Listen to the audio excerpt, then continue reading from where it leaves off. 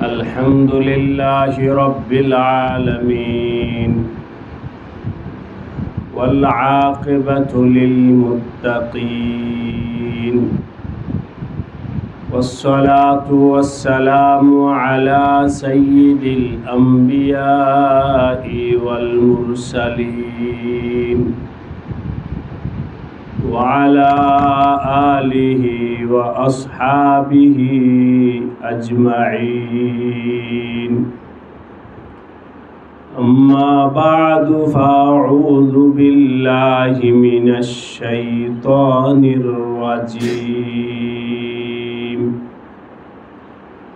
بسم الله الرحمن الرحيم إنا عرضنا الأمانة على السماوات والأرض والجبال فأبين أن يحملنها وأشفقن منها وحملها الإنسان إنه كان ظلوما جهولا آمنت بالله صدق الله مولانا العظيم হাজারীবাগ কেনারি মোড় রাউজাতুল উলুম মাদ্রাসার তালিবি ইলম ভাইদের তরবিয়তি মজলিসে উপস্থিত এই মাদ্রাসার স্বনামধন্য মুহতামিম সাহেব দামাত বারাকাতুহুম, অন্যান্য আসাতেজায়ে কেরাম ও আজিজ তালাবা, আল্লাহ পাকের অনেক বড় ইহসান। আল্লাহ পাক আমাদেরকে তার পছন্দনীয় কাজে নিয়োগ দিছেন, লাগাইছে। আল্লাহ পাক পবিত্র কোরআনে কারিমে বলেন, ইন্না আরাদনাল আমানাতা, আমি পেশ করলাম আমানতকে, একটা আমানত আমি পেশ করলাম আসমানের কাছে, জমিনের কাছে। হে আসমান, তোমার কাছে একটা আমানত আমি রাখতে চাই, তুমি রাজি কিনা বলো। নিজের পক্ষ থেকে রাজি হলে কাজ করাটা সহজ হয়। তালিবে ইলমদেরকে কানুন করে কোনো কিছু চাপায়া দেওয়া, আরেকটা হলো মন তৈয়ার করে তাদেরকে দেওয়া। মন তৈয়ার করে কাজ দিলে ওই কাজটা সুন্দর হয়, এবং এটাই হওয়া উচিত। আল্লাহ পাক ইলমের আমানত, দ্বীনের আমানত দিবেন ওই ব্যক্তিকে যার ভিতরে তলব আছে, তলব আগ্রহ আছে। তো আল্লাহ পাক জিজ্ঞাসা করলেন, ইচ্ছা করলে আল্লাহ তাআলা জিজ্ঞাসা না করেই আসমানকে বলতে পারতেন তুমি এ কাম করো, তো আসমান তো মানতে বাধ্য হতো। জমিনকে বললে জমিনও মানতে বাধ্য হতো, কিন্তু আল্লাহ পাক চাইছেন নিজ আগ্রহে কাজটা নেক। আরাদনাল আমানাতা আলা সামাওয়াতি ওয়াল আরদি ওয়াল জিবাল। মাঝখানে একটু বলে যায় আমানত বলতে, মুফাসসিরিনে কেরাম বিভিন্ন মতামত পেশ করেছে। তবে তার মধ্যে একটা মত হলো আমানতের দ্বারা উদ্দেশ্য হলো দিন। দিন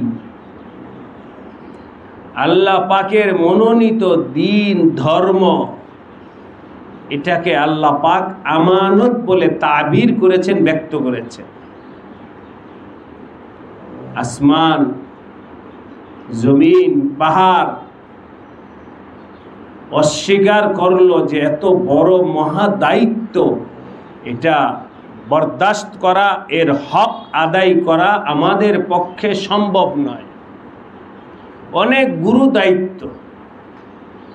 আসমান অস্বীকার করছে, জমিন অস্বীকার করছে, পাহাড়ও অস্বীকার করেছে। বড় জামাতের তালিব ইলম ভাইরা একটু নিজেরা ফিকির করবে, কাজটা কেমন হতে পারে। এভাবে বুঝানোর জন্য আমি বলছি, একজন সমঝদার তালিব ইলমকে কোন ওস্তাদ বলল, যেখানে যে পানির টাঙ্কিটা সে ধরে নিয়ে আসো, তো অনেক বড় পানির ড্রাম। যেই তালিবে ইলমের সমঝদারি আছে, সে আদবান বলবে, হুজুর একা এত বড় পানির ড্রামটা আমার পক্ষে আনাটা সম্ভব হবে না। যার জানা আছে যে এটার ওয়েটটা কেমন, আরেকজন ভাইকে সাথে দিলে ভালো হয়। কিন্তু এর বিপরীত মক্তবের একটা বাচ্চা যে জানে না, ওকে ওস্তাদ জিজ্ঞাসা করলো, এই পানির ড্রামটা আনতে পারবে? হ্যাঁ পারবো। কারণ ওর জানা নাই যে এটা কতটুকু ওজনের, সেই বুঝ হয় নাই। আল্লাহ পাক যখন দ্বীনের আমানতকে পেশ করছেন আসমানের কাছে, আসমানের এটার ধারণা ছিল এটা অনেক বড় ওজনওয়ালা কাজ। জমিনেরও জানা ছিল এটা অনেক বড় গুরু দায়িত্ব। পাহাড়েরও উপলব্ধি ছিল।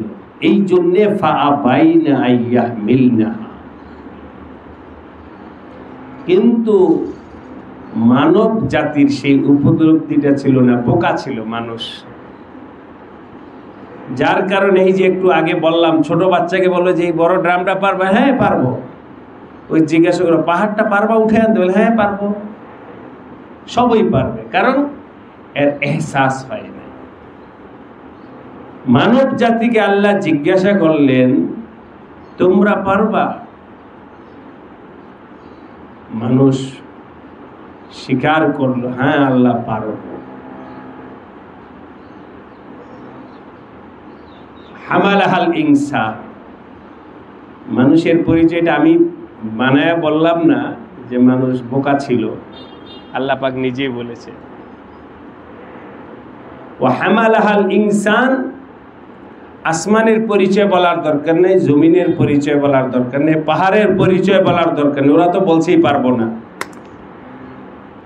কিন্তু যেই ইনসান স্বীকার করলো, তাদের পরিচয় শোনো, ইন্নাহু কানা যালুমান। এরপরে কি?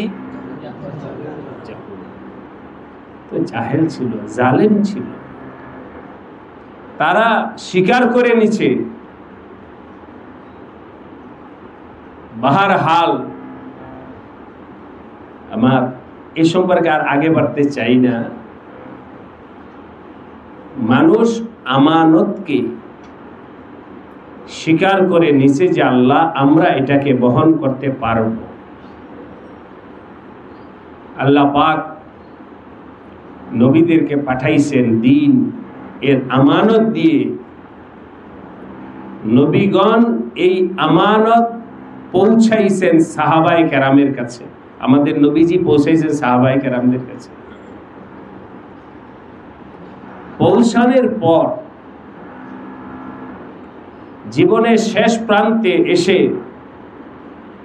বিদায় হজের ভাষণে নবী আলাইহিস সালাম ওই সময় লাখো সাহাবীদেরকে জিজ্ঞাসা করলেন,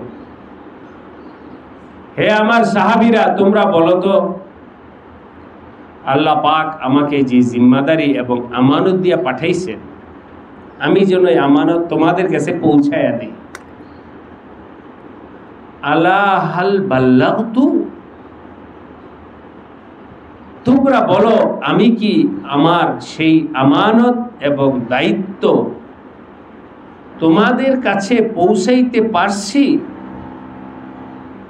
আলা হাল বাল্লাগতু, তোমরা বলো। সাহাবায়ে কেরাম সমস্বরে বললেন, ইয়া রাসূলুল্লাহ ইন্নাকা কাদ আদাইতাল আমানা। পাইছেন আমানত, ওই আমানত, ইন্না আরাদনাল আমানাত। সাহাবায়ে কেরাম বললেন, ইয়া রাসূলুল্লাহ নাশহাদু ইন্নাকা কাদ আদাইতাল আমানা, আপনি আপনার আমানত এর হক আদায় করেছেন। ও বাল্লাগতার রিসালা, এবং রিসালাতের যে জিম্মাদারি ছিল ওইটাও আপনি পরিপূর্ণভাবে আদায় করেছেন, আমরা সাক্ষী দিতেছি। যখন সাহাবায়ে কেরাম এই কথাগুলো বললেন, বলার পর নবীজি আসমানের দিকে আঙ্গুল উঠায়া বললেন, আল্লাহুম্মা আশহাদ, আল্লাহুম্মা আশহাদ, আল্লাহুম্মা আশহাদ। হে আল্লাহ, মাঝখানে অন্য একটা উদাহরণ বলছি। কথার কথা, কোন তালিব ইলম ভাই থেকে আমি 5,000 টাকা ঋণ নিলাম, বলছি যে কিস্তিওয়ারি প্রতি মাসে 500 করে দিয়া তোমার ঋণটা পরিশোধ করে দিব। সেও রাজি হয়েছে। তো প্রতি মাসে 500 দিতে দিতে এক পর্যায়ে 5,000 টাকা পুরো হয়ে গেছে। এখন আমি কি বলবো যে ভাই তোমার হক তুমি কি বুঝা পাইছো? হ্যাঁ পাইছি। এটাই সবচেয়ে বড় ডকুমেন্ট। যে পাইতো সে বলছে হ্যাঁ আমি তো আমার হক আমি পেয়ে গেছি। আল্লাহ পাক নবীদেরকে দায়িত্ব দিয়েছেন দ্বীনের আমানত উম্মতের কাছে পৌঁছাও, তাহলে উম্মতই তো স্বীকার করবে যে হ্যাঁ আমাদের কাছে পৌঁছেছে। যখন উম্মতের কাছে উম্মতের পক্ষ থেকে এই স্বীকারোক্তি আসলো, বাল্লাগতার রিসালা, তো নবীজি বললেন হে আল্লাহ তুমি সাক্ষী থাকো, এই যে এরা বলতেছে আমি হক আদায় করেছি। আল্লাহুম্মা আশহাদ, হে আল্লাহ তুমি সাক্ষী থাকো। আমি তালিব ইলম ভাইদেরকে একটু জিজ্ঞাসা করি, তুমি বুঝে থাকলে বলো, নবীজি তার দায়িত্ব পালন করেছেন কিনা? করছেন? নবীজি তার দায়িত্ব পালন করেছেন, আমানত আমাদের কাছে পৌঁছাইছে। হাদিসের কিতাবে আছে, ফিকহের কিতাবেও আছে, হেদায়া কিতাবে আছে, সম্ভবত কিতাবুল উযহিয়ার মধ্যে আছে, সন্দেহ হচ্ছে, হাওয়ালাটা দেখে নিলে হবে। নবীজি কুরবানি করেছেন। কুরবানি, এই তো আমাদের কেবল কুরবানি চলে গেল, 100 উট কুরবানি করেছে। তার মধ্যে একটা উট নবীজি নিজের জন্য কুরবানি করেছেন, বাকিগুলো কুরবানি করে বললেন এই কুরবানিগুলো হলো আমার উম্মতের পক্ষ থেকে আমি করলাম। নবীজি আমার তোমার পক্ষ থেকে আল্লাহর পাকের কাছে কুরবানি করেছে। কুরবানি করে একটা দোয়া পড়েছে, হাদা মিন উম্মতি, এটা হলো আমার উম্মতের পক্ষ থেকে আমার কুরবানি। কেমন উম্মতের পক্ষ থেকে কুরবানি? ওই সব উম্মতের পক্ষ থেকে কুরবানি যারা এই মর্মে সাক্ষী দিছে যে আমি আমার দায়িত্ব পালন করেছি। এই জন্য মাঝখানে তোমাদের থেকে স্বীকারোক্তি নিয়ে নিলাম, তোমরা কি সাক্ষী দাও? তাহলে তুমি ওই নবীজির কুরবানির আওতার ভেতরে চলে আসবে। মিম্মান শাহিদা লাকা বিল ওয়াহদানিয়াতি, আমার এই কুরবানিগুলো হলো আমার ওই উম্মতের পক্ষ থেকে যে উম্মতরা শাহিদা লাকা বিল ওয়াহদানিয়াতি, এই মর্মে সাক্ষী দিছে যে আশহাদু আল্লা ইলাহা ইল্লাল্লাহ, আল্লাহ একত্ববাদের সাক্ষী দিছে, এবং ওয়ালি আল বালাগ,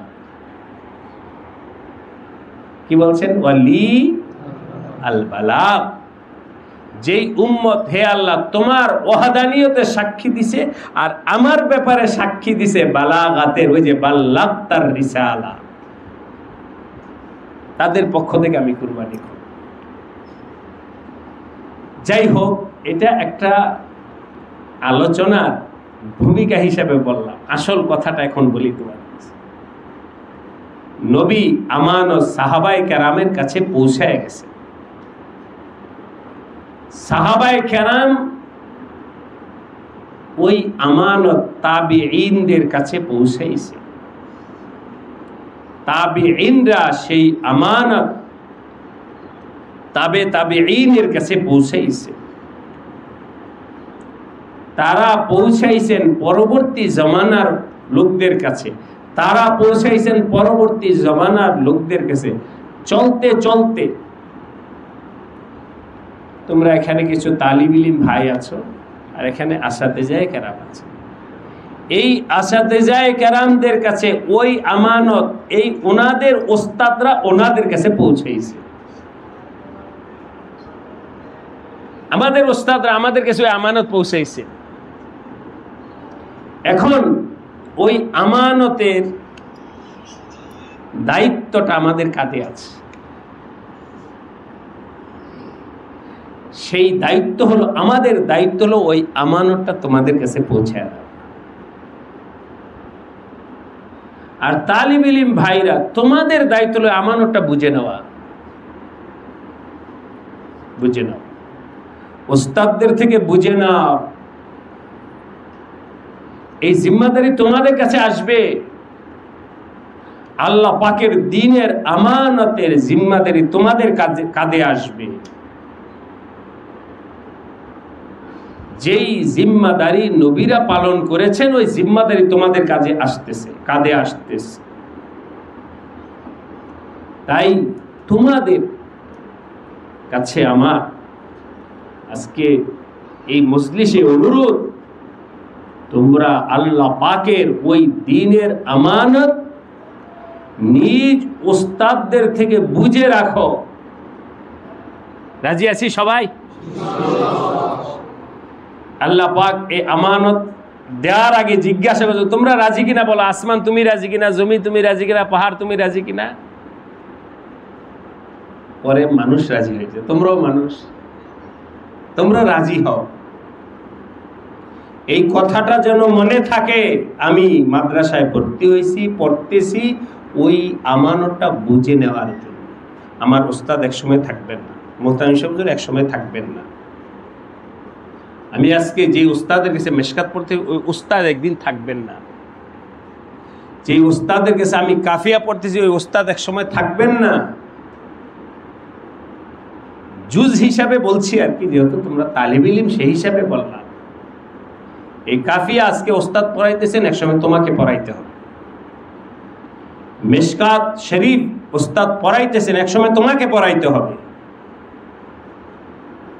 এটা শুধু পড়ানোর কথা বললাম, এভাবে সারা দিনের যত শোবায় কাজ আছে সব তোমাকে করতে হবে,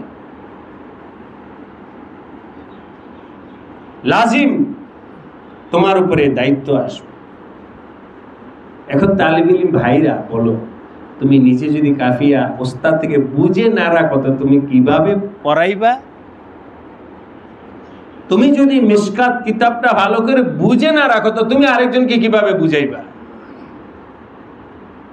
শরহুল আকায়েদ কিতাব যদি আমি ভালো করে হল না করি তো আমি আরেকজনকে কিভাবে বুঝাবো?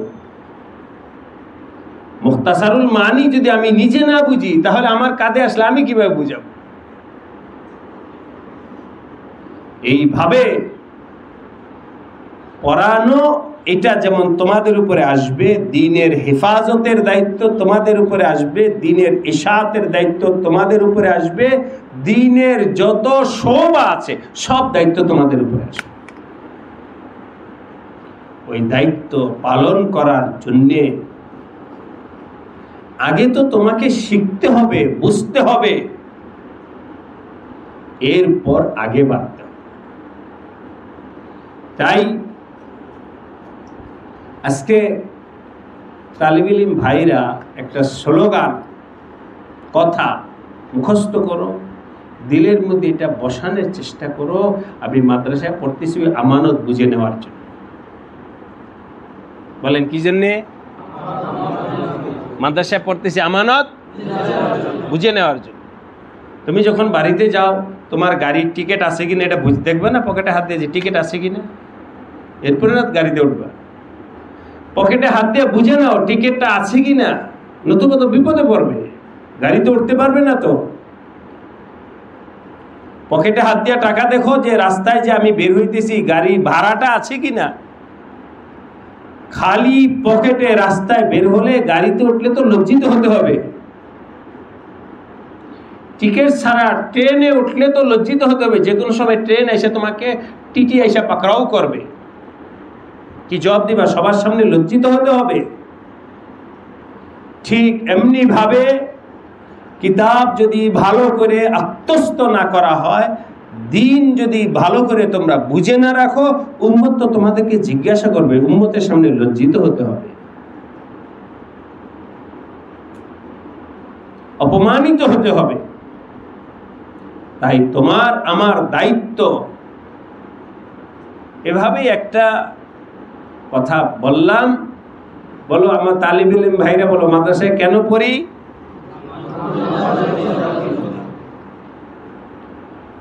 দাওরায়ে হাদিসের সার্টিফিকেট হাসিল করার জন্য নয়। একটা কাগজের জন্য এত মেহনত করার দরকার নেই। মাদ্রাসায় পড়া বর্তমান জীবনে অনেক কষ্টের ব্যাপার, খাওয়া দাওয়া চলা ফেরা, আর এক একটা তোমাদের এক একটা সময়ের অনেক দাম। সেখানে 12, 13, 14 বছর সময়। মক্তব থেকে শুরু করো, তোমরা মক্তবে কয় বছর পড়েছো, হিফজখানায় কয় বছর পড়েছো, এখন পড়তেছো, সবটা মিলাইলে ওই 12, 13, 14 বছর পড়লাম। কি জন্য? একটা কাগজ হাসিল করার জন্য। এত লম্বা সময়ের দরকার ছিল না।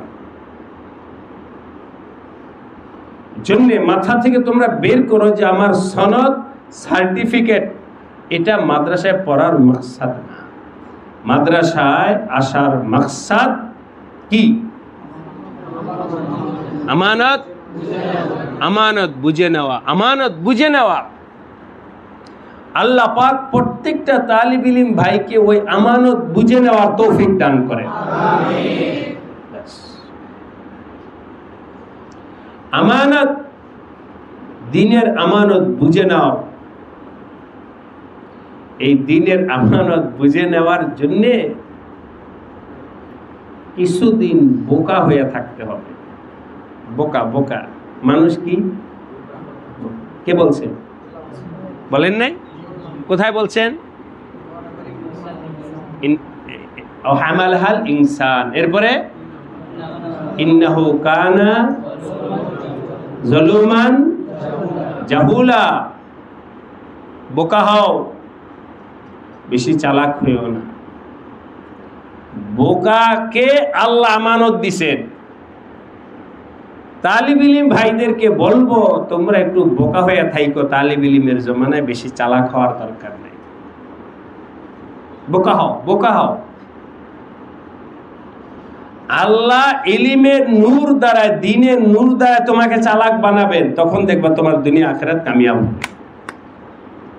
এখন চালাক হইও না, বোকা হয়ে যাও। কেমন বোকা? তোমাদের হয়তো কারো পছন্দের বাইরের কথাও হতে পারে, লেকিন বলতেছি তোমাদের দিল যদি পরিবর্তন হয়। এক তালিব ইলম ভাইয়ের বাড়ি হলো খুলনা, এই মাদ্রাসায় পড়ে। খুলনা থেকে এখানে আসছে এক রাস্তায়, ওই রাস্তা ছাড়া আর কোনো রাস্তা চিনে না। ভুলে কোনো রাস্তায় ঢুকে গেলে আর ডান বাম কিছুই চেনে না, বোকা তালিব ইলম, রাস্তাঘাট কিছুই চেনে না। এই বোকা হইতে বললাম, মনে আছে? তালিব ইলমের জমানায় কি হইতে হবে? বোকা হও, কিছুই চিনি না, রাস্তাঘাট চিনে না, বোকা তালিব ইলম। বর্তমান সায়েন্স বিজ্ঞানের জমানায় তোমরা মোবাইল ঠিক করতে পারো? জানি না। মোবাইল চালাইতে পারো? জানি না। বোকা তালিব ইলম। এই জমানায় এরকম বোকা তালিব ইলম আছে? বোকাই হও। মোবাইলের ফাংশন সম্পর্কে কিছুই জানা নাই, হাজারিবাগের রাস্তাঘাট কিছুই চিনে না, দুনিয়াতে কি হইতেছে কিছুই জানে না, বিলকুল বোকা।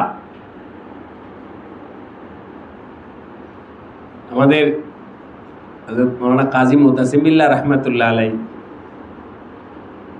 একদিন তালিব ইলমদের বয়ানের মধ্যে বলতেছিলেন যে সম্ভবত হযরত ইয়াকুব নানুতুবি রাহমাতুল্লাহ আলাইহির ওয়াকিয়া, উনি তালিব ইলমের জমানায়, আগের জমানায় তো অনেক কষ্ট করে পড়ালেখা করতে হতো, এখন তো ফ্যান আছে, বাতি আছে, অনেক কিছু আছে। আগের জমানায় বাতিটা পর্যন্ত ছিল, রাত্রে রুমের বাতি বন্ধ হয়ে গেছে। হযরত ইয়াকুব নানুতুবি রাহমাতুল্লাহ আলাইহি কাফিয়া কিতাব, ইত্তেফাকান ওই কাফিয়ার বিষয়টাই ছিল, কাফিয়া পড়তেছে তালিব ইলমের জমানায় ইয়াকুব নানুতুবি রাহমাতুল্লাহ। উনি ওই পাশের এক দোকানে ভেতরে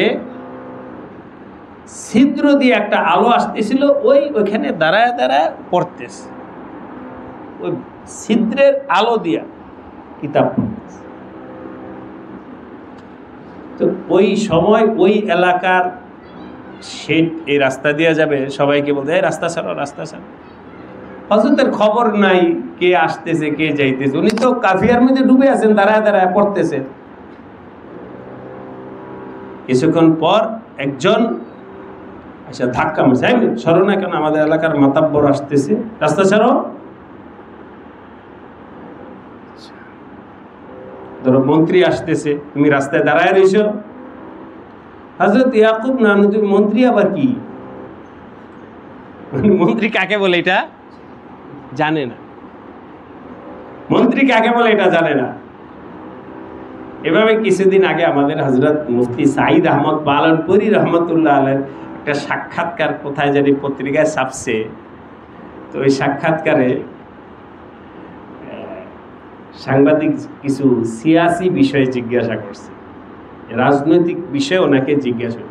हजरत बोले भाई हम इस फन का आदमी नहीं है, हम सियासत नहीं जानते, हमसे ये पूछो ये मसाला क्या है, इस हदीस कहाँ है, ये पूछो, हम सियासत नहीं जानते हैं। রাজনৈতিক কোনো প্রশ্ন আমাকে কইরো না, আমি ওই ফোনের মানুষ না। আমাকে জিজ্ঞাসা করো হাদিসের ব্যাপারে, আমাকে জিজ্ঞাসা করো ফিকহ মাসলার ব্যাপারে। हम तो ये भी नहीं जानते। সামনের কথাটা শোনো খেয়াল করে। दारुल उलूम देवबंদের শাইখুল হাদিস বলতেছে, हम तो ये भी नहीं जानते कि हिंदुस्तान का वजीर आजम कौन है।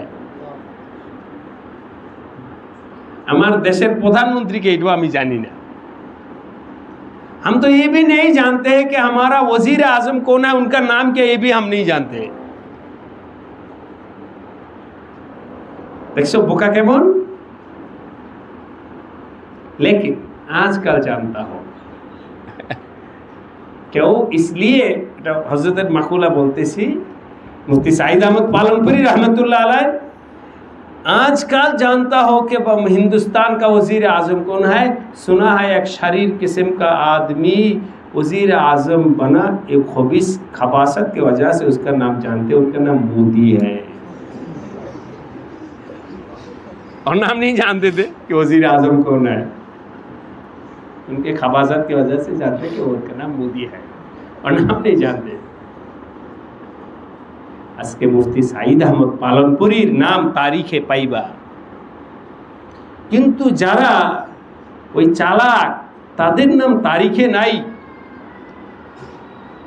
সর্বোপরি তালিব ইলম ভাইদেরকে বলতেছি, বোকা হও, বোকা হয়ে যাও, কিতাব ছাড়া কিছু বুঝি না। ইয়াকুব নানুতুবি রহমতুল্লাহ চিন্তা করছেন, কি বলে মন্ত্রী, মন্ত্রী কি জিনিস? কাফির এবারত বলতে পারবে? ওনার কাছে মানুষ দামি হয় কি বলার দ্বারা? কাফিয়ার এবারত বলার দ্বারা। কাফিয়া না বুঝলে আবার কিসের মন্ত্রী আর কিসের শিক্ষিত, কিসের দামি লোক? কাফিয়ার এবারত জিজ্ঞাসা করলে বলতে পারবে? জিজ্ঞাসা করতেছে, ও বেচারা তো হা করে রয়েছে, বলে কি কাফিয়া কি জিনিস? আওয়াম ও কাফিয়া কে জানতে? হযরত ইয়াকুব নানুতুবি জিজ্ঞাসা করছেন, মন্ত্রী সাহেব কাফিয়ার এবারত বলতে পারবে? আমার একটা প্রশ্ন আছে, জিজ্ঞাসা করলে উত্তর দিতে পারবে?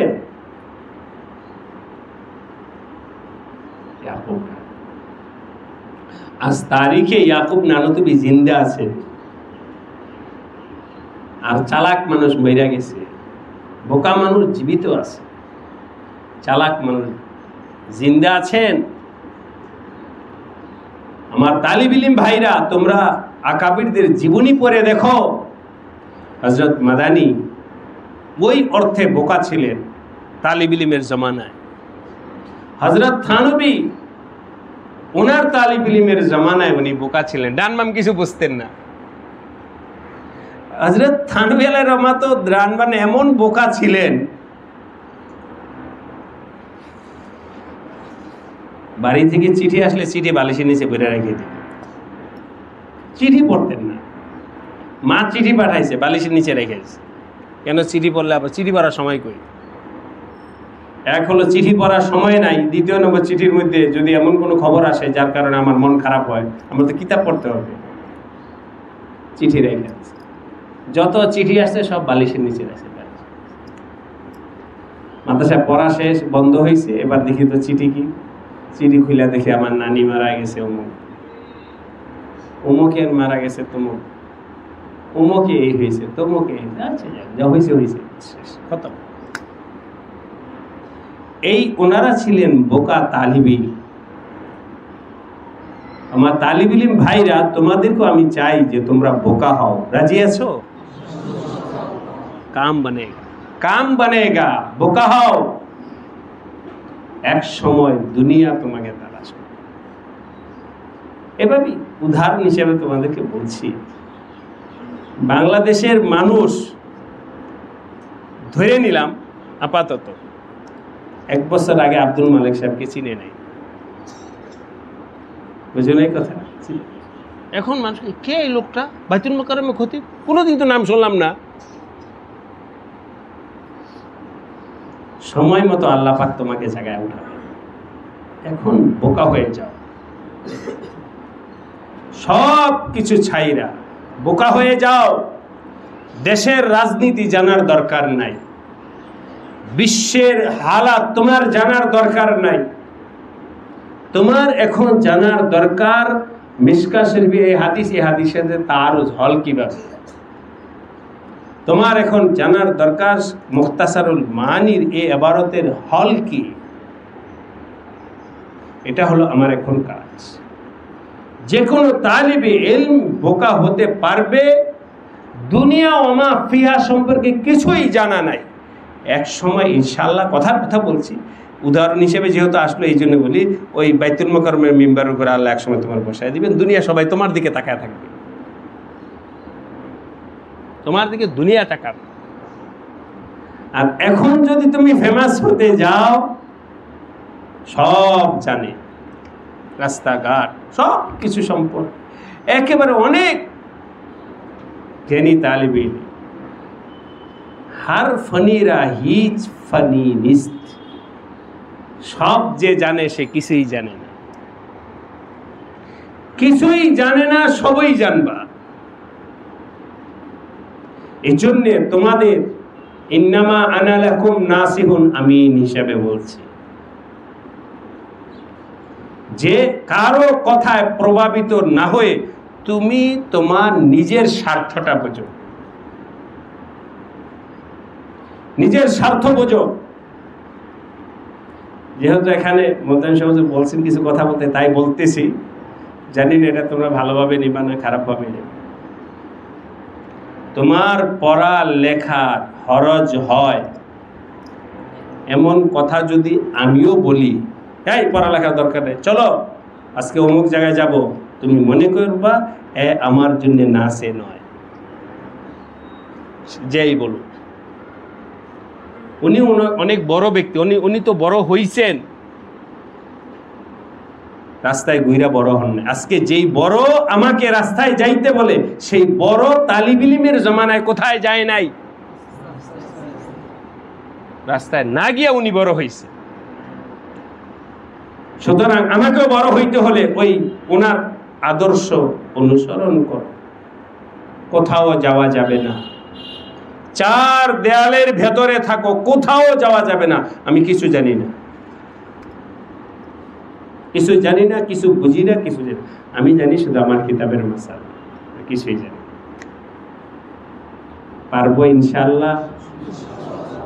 তো দুর্বল, পারা যাবে? তোমাদের ফায়দা স্বার্থের কথা বললাম, তোমাদের আসল যেটা স্বার্থ সেটার কথা বললাম। এর বিপরীত যা কিছু হবে তোমার জিন্দেগির জন্য মৌলিক। পরবর্তীতে দেখবা ওই যে শুরুতে আলোচনা আছে, আরে আমি তো বুঝতেছি না, লোকেরা আমাকে দিন সম্পর্কে জিজ্ঞেস, আমি নিজেই তো বুঝি নাই, আমানত বুঝে নেই, উস্তাদদের থেকে আমানত বুঝে নেই। ওই সময় তো রাস্তায় ঘুরছি, অমুক জায়গায় গেছি, তমুক জায়গায় গেছি, এখন তো বুঝতেছি না। তাই আমার আজিজ তালিব ইলম ভাইদেরকে বলবো, এই এখন ইদানিং তালিব ইলমের মধ্যেও বিভিন্ন কিছু নিয়ে এন্তেশার আসতেছে। ইসলাম কায়েম করব, ইসলামী হুকুমত প্রতিষ্ঠা করব, এখনই আমাদের সময়, এখন আমাদের এই, এখন আমাদের সেই, এখন আমাদের অমুক করতে হবে। সব করতে হবে, সব করবে। আগে নিজেকে তৈয়ার করো, আগে নিজেকে প্রস্তুত করো, সব হবে ইনশাআল্লাহ। আর এখনই যদি সব করতে যাও তাহলে কিছুই করতে পারবে না, আফসোস করতে হবে ওই সময়। ফাসাউফা তারা ইজান কাশাফাল গোবার আফারাসুন তাহাতা রিজিলিকা আম হিমার। তাই পড়া লেখা ছাড়া অন্য কোনো কাজ নেই। আল্লাহ সবাইকে তৌফিক দান করে। আমিন। হার বক্ত কাগজ কলম সাথে আছে, কিতাব আছে। আসরের পরে বাহিরে গেলেও এই মিজান জামাতের তালিব ইলম একে একে আগের দিনকে সিগা জিজ্ঞাসা, হঠাৎ করে আমাদের মাহওয়ালটা এত পরিবর্তন হয়ে গেল। আসে আগে তালিব ইলমদেরকে রাস্তায় দেখা অবস্থায় ও সিগা টিকা, মানে মাদ্রাসা আশেপাশে আসরের পরে হাঁটতে গেলো, তালিব ইলম একজন আরেকজনের সিগা জিজ্ঞাসা করত। হাফেজ সাহেব হিফজখানা তালিব ইলম একজন আরেকজনকে আয়াত মুসাবাহাতের আয়াত জিজ্ঞাসা করে। নাহমির তালিব ইলম একজন আরেকজনকে। আগে তো আমাদের পাশের মাদ্রাসার সাথে ছাত্রদের উস্তাদদের জানার বাইরে বহস হইতো নাহুর, যে এই মাদ্রাসার নাহমিরের ছাত্ররা ওই পাশের মাদ্রাসার নাহমিরের ছাত্রদের সাথে মোনাজারা করতেছে কে বেশি পায়। আগে ছাত্রদের মধ্যে মোনাকাশা মুবাহাসা এই ইলম নিয়া ছিল, সরফ নিয়া মোনাকাশা ছিল, যে আমাদের মাদ্রাসার ছাত্র দেখি কে কারে আটকাইতে পারে। শের আশার নিয়া ই হইতো মোনাজারা, মানে ইলমি বিষয় নিয়ে ছাত্ররা নিজেরা ওস্তাদের ই ছাড়াই নিজেরা একে আরেকজনকে চ্যালেঞ্জ দেওয়া চলত। হঠাৎ করে মনে হলো যে বাতাসটা পাল্টায় গেল। এখন ছাত্রদের মধ্যে আপোষে ইলমি, মানে ওস্তাদ বৈশা থাকলে জবরদস্তি কইরা কানুন বানায় এরপরে বসাইতে হয়। নিজেদের পক্ষ থেকে ওই ইলমি যৌগ খতম হয়ে গেছে, হঠাৎ করেই পরিবর্তন হয়ে গেল। এটা আমাদের হযরত আসাতিজা কেরাম আছেন, ওনাদের সামনে আমার সবিনয় অনুরোধ, ভাবা ওই হালাতটা আবার কিভাবে তালিব ইলমদের ফিকিরে আনা যায়। তালিব ইলমের পকেটে যেন মোবাইল না থাকে, তালিব ইলমের পকেটে থাকবে কলম, কাগজ, কিতাব। আমাদের ওস্তাদ হযরত মাওলানা আব্দুল খালেক মাদ্রাসি দামাত বারাকাতুহুম দারুল উলুম দেওবন্দে উস্তাদ, শায়ের, সুন্দর সুন্দর শের বলতে পারতেন, নিজে বানায় শের। শামাইলে তিরমিজি পড়েছি হুজুরের কাছে দারুল উলুম দেওবন্দে।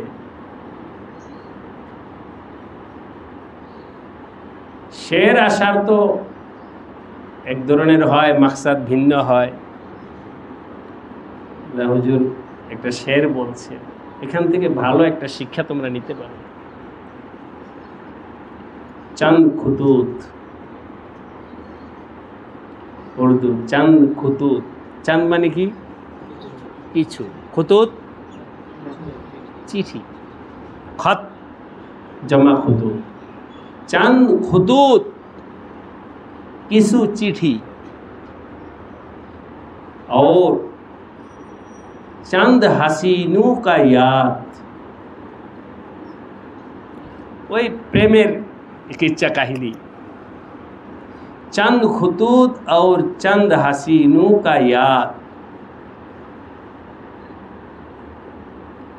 बाद मरने के ये सामान मेरे घर से निकला। কথার কথা, তোমার টাঙ্গের মধ্যে কি আছে? ট্রাঙ্কের ভিতরে তুমি তালিব ইলম, তোমার টাঙ্গের মধ্যে কি? এখন যদি হুজুরা চেক করতে যায়, হয়তো যেটা নাকি ই হবে, মাদ্রাসা কানুনের খেলাফ হবে, তাড়াতাড়ি করে এটা লুকাইবা, লুকায় ফেলবা। ছাত্রদের অনেক সময় চেক হয় না, লুকায় ফেলবা। তা আমরা আর ধরতে পারলাম না। কিন্তু মাদ্রাসার পক্ষ থেকে চেক না, হঠাৎ করে তুমি মসজিদে গেছো, মালাকুল মৌত হাজির হয়েছে, মৌত হো গাই ওখানেই, তুমি আর নিজের ট্রাঙ্কের কিছু সরাইতে পারো নাই। আব তোমার বাবা আসবে সামানপত্র বুঝে নেওয়ার জন্যে, তো মাদ্রাসার মুহতাসিব আছে, দেখো তো ওর কি কি আছে, বাড়িতে পাঠায়। তো তোমার সামানগুলো বাড়িতে পাঠাবে, ট্রাঙ্ক খুইলা দেখে উপন্যাসের বই, ট্রাঙ্ক খুইলা দেখে আপত্তিকর কাগজপত্র। এখন বলো তো, তুমি কি লুকাইতে পারো? তুমি তো মরেই গেছো, তুমি লুকাবে কোথায় থেকে? ওস্তাদরা যখন চেক করবে তখন না লুকাইতে পারো, আগেরটার পায়া। কিন্তু তোমার মালাকুল মওত আইসা গেছে, এখন তুমি তোমার ওই সমস্ত সারা রাতের আসবাবগুলো কোথায় লুকাইবা?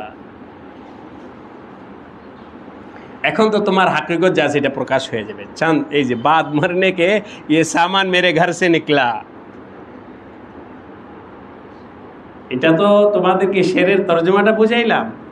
আব তুমি তালিব ইলম, তোমার পকেটে হাত দিলে তলবে ইলমের আলামত পাওয়া যাইতে হবে, কলম কাগজ, অমুক কিতাবের এই হুজুর এই বলছে, এই হুজুর এই বলছে, অমুক শব্দটার এই মতলব, এই মতলব, এগুলো বের হবে তোমার পকেট থেকে। কেন? তুমি তালিব ইলম। আলামত কোথায়? আলামত নাই।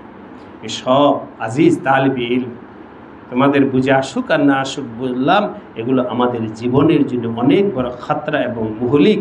আমরা আমাদের ভবিষ্যৎ জিন্দিগিটাকে নষ্ট করে ফেলতেছি। তোমাদের পকেটে যেন আসবাবে ইলম থাকে, তোমাদের জবানে যেন ইলমি মুজাকারা থাকে, তোমাদের মুখে, তোমাদের বৈঠকে, গল্পের জায়গায়ও যেন এই পড়ালেখার কথা থাকে।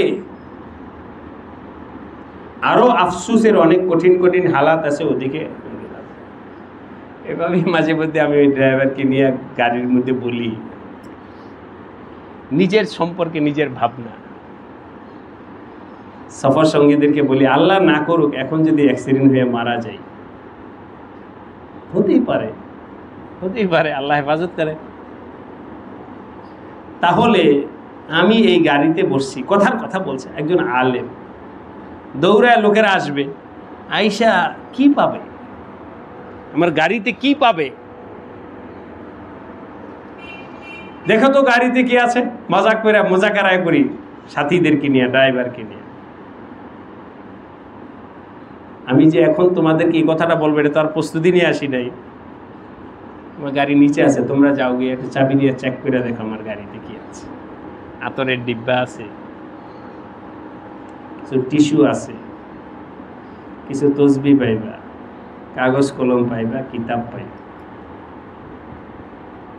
যে কোনো কেউ আমার গাড়িটা অজান্তে চেক করলে বুঝবে যে এটা একটা আলেমের গাড়ি। এই হলো তোমার আমার পরিচয়। তোমার আমার কাছে কেন লাভ? গায়রে মুনাসিব জিনিস থাকবে, তোমার ট্রাঙ্কের মধ্যে আপত্তিকর জিনিস কেন? আফসোস। যাক, আল্লাহ পাক প্রত্যেকটা তালিব ইলম ভাইকে আমানত বুঝে রাখার তৌফিক দান করেন। ওই শুরুর কথাটা আবার এখানে নিয়ে আসলাম, আল্লাহ সবাইকে সহি বুঝ দান করে। যেই মাকসাদে কথাগুলো বললাম, ওই মাকসাদে সবাইকে বোকা হওয়ার তৌফিক দান করে। নতুবা তোমাদেরকে আবার বোকা শব্দ দিয়ে বলে তোমরা আবার এটা অন্যদিকে নিয়ে যাও, এই জন্য বললাম ওই মাকসাদে বোকা হওয়ার তৌফিক, যেটা আল্লাহ বলছেন জাহুলা। 2, শেষ কথা, প্রত্যেকে নিজের সম্পর্কে নিজের জানা আছে। তোমার গোপন হালাত আমার জানা নাই, উস্তাদরাও জানে না, কিন্তু আমার গোপন হালাত আমি জানি, আরেকজন জানেন। কে? ওয়ায়ালামু খাইনাতাল আয়ুন ওয়া মা তুখফিস সুদূর লা ইয়াখফা আলাইহি শাইউন ফিল আরদি ওয়ালা ফিস সামা। আসমান জমিনে কিছুই তার কাছে গোপন নাই। তাই তালিব ইলম ভাইরা, তোমাদের কাছে হাওয়ালা করলাম, তোমার অয়ুব, তোমার অন্যায়গুলোর ইসলাহ তুমি নিজেই করো। আমার কথার কথা বলছি, খারাপ অভ্যাস আছে মিথ্যা কথা বলা, কেউ ধরতে পারে নাই। তো আমি তো বুঝি যে আমি কি বলি, মিথ্যা কথা বলি। ইসলাহ করলো, কাগজে কাউকে দেখানোর দরকার নাই, তুমি জানতে আল্লাহ জানতে। নিজের সমস্যাগুলো কাগজ কলমে লিখো। আমার মিথ্যা বলার প্রবণতা আছে, সাথে যে কারণ যারা আছেন ওনাদেরকেও তোমরা তোমাদের উস্তাদ, নিগরান, মুশফিক, তালিমি মুরব্বী, ওনাকেও জানাইতে পারে হুজুর আমার ভেতরে এই খারাপ অভ্যাসগুলো আছে, আপনি আমার ইসলাহ করে সংশোধন করে। এভাবে নিজের সমস্যাগুলো সমাধান করার চেষ্টা করুন। এই 3টা কথা তোমাদের কাছে আজকে পেশ করা হলো।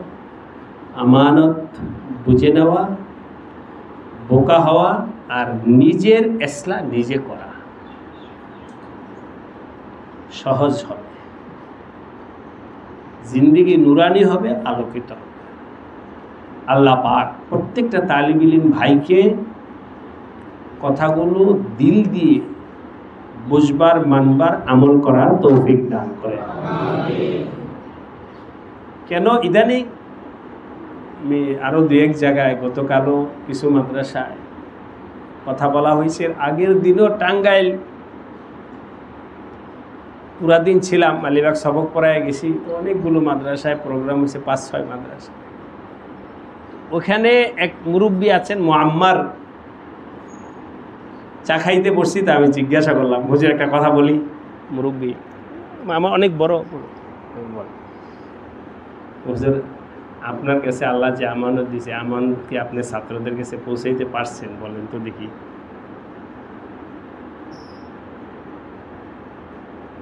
উত্তর দেন।